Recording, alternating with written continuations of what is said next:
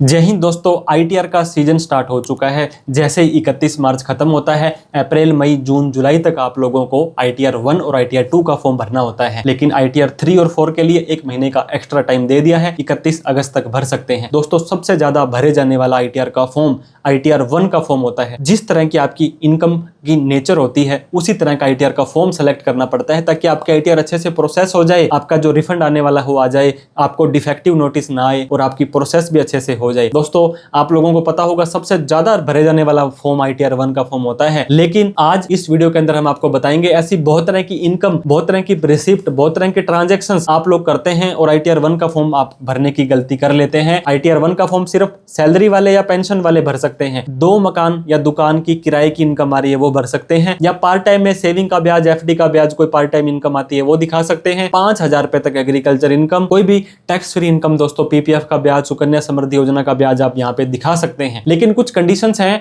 30 conditions की आज हम बात करेंगे। 30 ऐसी सिचुएशन जब आप अपनी आईटीआर 1 का फॉर्म नहीं भर सकते हैं। सबसे पहला दोस्तों जो कंडीशन है, अगर आप एक एनआरआई यानी कि नॉन रेजिडेंट इंडियन हैं, आप इंडिया से बाहर 180 दिन से ज्यादा रह लिए, तो इंडिया के अंदर आपको आईटीआर अगर कोई इनकम हुई है तो आईटीआर 1 का फॉर्म आप नहीं भर सकते हैं। इसके अलावा आप किसी भी कंपनी के अंदर, दोस्तों प्राइवेट लिमिटेड, पब्लिक लिमिटेड के अंदर डायरेक्टर हैं, तो डायरेक्टर लोग भी आईटीआर 1 का फॉर्म नहीं भर सकते हैं। आपने किसी पार्टनरशिप फर्म के अंदर, एलएलपी के अंदर अपना हिस्सा डाला है, आप वहां पे पार्टनर हैं, तब आप आईटीआर 1 का फॉर्म नहीं भर सकते हैं। आपने कैश विड्रॉल किया दोस्तों, पहले 20 लाख से ज्यादा पर भी 2% टीडीएस करता था, अब ये लिमिट 1 करोड़ रुपए हो गई है, तब भी आप आईटीआर 1 का फॉर्म नहीं भर सकते हैं। शेयर मार्केट के अंदर दोस्तों आपने शॉर्ट टर्म कैपिटल गेन, किसी भी शेयर को एक दिन से ज्यादा 12 महीने से पहले रख करके बेचा, तो आप आईटीआर 1 का फॉर्म नहीं भर सकते हैं। हालांकि long term capital gain equity share या इक्विटी ओरिएंटेड म्यूचुअल फंड से हुई, वो 1.25 लाख रुपए तक है, तो आईटीआर 1 का फॉर्म भर सकते हैं। लेकिन 1.25 लाख से ज्यादा है, आईटीआर 1 का फॉर्म नहीं भर सकते हैं। इसके अलावा शेयर मार्केट के अंदर अगर आपने इंट्राडे के अंदर कोई काम किया, फ्यूचर एंड ऑप्शन के अंदर कोई काम किया, लॉटरी के अंदर कोई काम किया,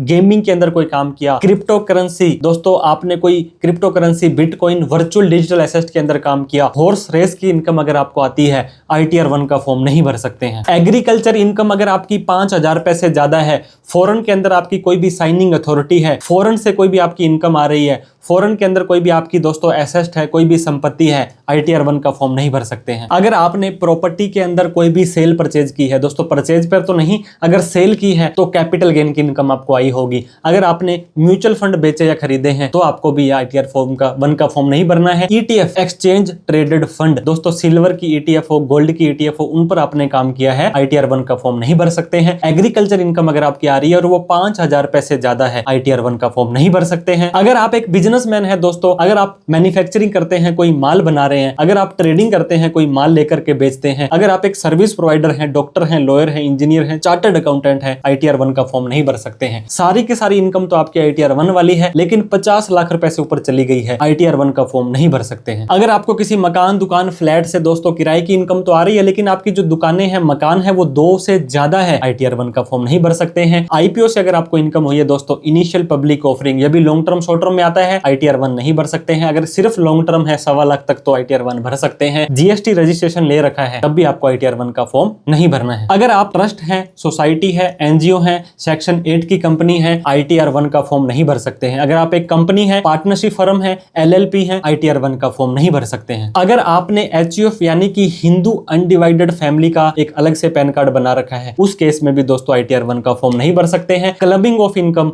आप अपने माइनर बेटों के या बेटी के नाम पैसा ट्रांसफर करते हैं, तो उसकी इनकम भी आप ही की इनकम में, आपकी वाइफ की इनकम आप ही की इनकम में मानी जाएगी। इस केस में भी आईटीआर 1 का फॉर्म नहीं भर सकते हैं। शेयर मार्केट में किसी भी तरह का कोई लॉस हो गया था, उस साल तो दोस्तों वैसे भी नहीं भर पाएंगे आईटीआर 1, लेकिन पिछले किसी साल का लॉस आगे कैरी फॉरवर्ड करना है, तब भी आप उस कैरी फॉरवर्ड के लिए आप आईटीआर 1 का फॉर्म नहीं भर सकते हैं। दोस्तों हमने 30 से 31 कंडीशंस को डिस्कस किया, फिर भी कोई ऐसी कंडीशंस आपको लगता है कि रह गई है तो आप हमें बताएं कमेंट बॉक्स में, या पूछना चाहते हैं कि सर हमारी ये इनकम है तो हमें कौन सी आईटीआर का फॉर्म भरना है, कितना टैक्स लगेगा, आप कमेंट करके पूछ सकते हैं। प्ले स्टोर पर CA Sumit Sharma app download करके एक बार हमारे कोर्सेज को चेकआउट करें। बहुत ही विस्तार से डिटेल में इनकम टैक्स एक्ट 2025 के बारे में बताया है, और आप लोगों ने अपनी इनकम टैक्स की रिटर्न कैसे भरनी है, अड़ोस पड़ोस की रिटर्न भर के कैसे कमाई करनी है, उसके बारे में भी बहुत कुछ सीख जाएंगे। वीडियो अच्छी लगी हो तो लाइक करें, अभी तक हमें सब्सक्राइब नहीं किया है तो सब्सक्राइब करते जाइएगा। Thank you so much for watching this video. जय हिंद, जय भारत।